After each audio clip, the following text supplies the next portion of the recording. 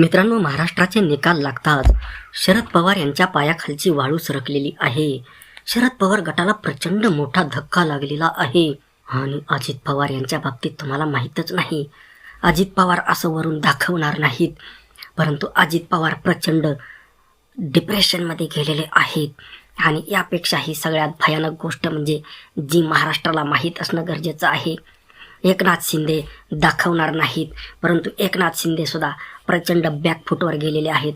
अशी आता महाराष्ट्रामध्ये चर्चा सुरू आहे की भारतीय जनता पार्टीने एकनाथ शिंदे आणि अजित पवार दोघांचाही काटा काढलेला आहे.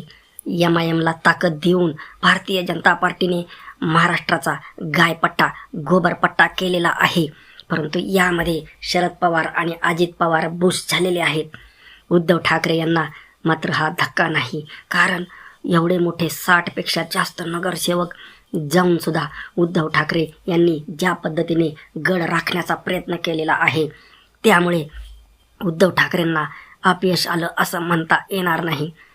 खरं तर भारतीय जनता पार्टीने जर साम दाम दंड भेद या नीतीचा जर वापर केला नसता आणि निवडणूक आयोग यंत्रणा जर हाताशी धरल्या नसत्या, तर उद्धव ठाकरे यांचा विजय मुंबईमध्ये 100% झाला असता. आणि उद्धव ठाकरे यांची दुसरी चूक म्हणजे मुंबई सोडून बाकीच्या महानगरपालिकामध्ये उद्धव ठाकरे कमी पडलेले दिसत आहेत. परंतु येथे लक्षात घेण्यासारखी गोष्ट आहे की अजित पवार आणि शरद पवार यांना रणनीती ठरवण्यामध्ये प्रचंड अपयश आलेलं आहे. यांच्यामागे बेस रूट कार्यकर्ते नसणं हेच आहे. हिंदुत्ववादी जो बेस आहे, अनेक हिंदुत्ववादी संघटना आहेत आणि त्या संघटनांना बळ देण्याचं काम भारतीय जनता पार्टी करत असते.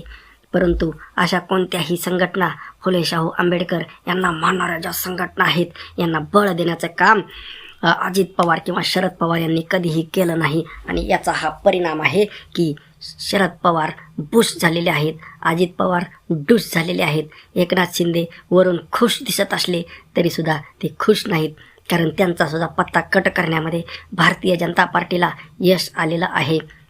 MIM जरी दिसत असलं तर MIM केवळ टिंगूळ आहे, तेवढ्यापेक्षा त्यांची जास्त ताकद असणार नाही. काँग्रेसने जेमतेम गड राखण्याचा प्रयत्न केलेला आहे आणि या वंचित बहुजन आघाडीला जरी काही जागा भेटलेल्या असल्या तरीसुद्धा त्यापेक्षा जास्त त्यांना यश येणं अशक्य आहे.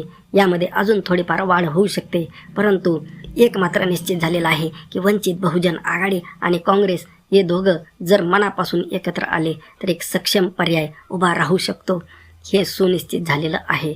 आता मित्रांनो, तुम्हाला याबाबत नेमकं काय वाटतं? शरद पवार डुश झालेले आहेत का की बुश झालेले आहेत? त्यांचा पक्ष आता उभारी कधीही घेऊ शकणार नाही, अशीच आता परिस्थिती महाराष्ट्रामध्ये आहे. तुमचं मत नक्की कळवा.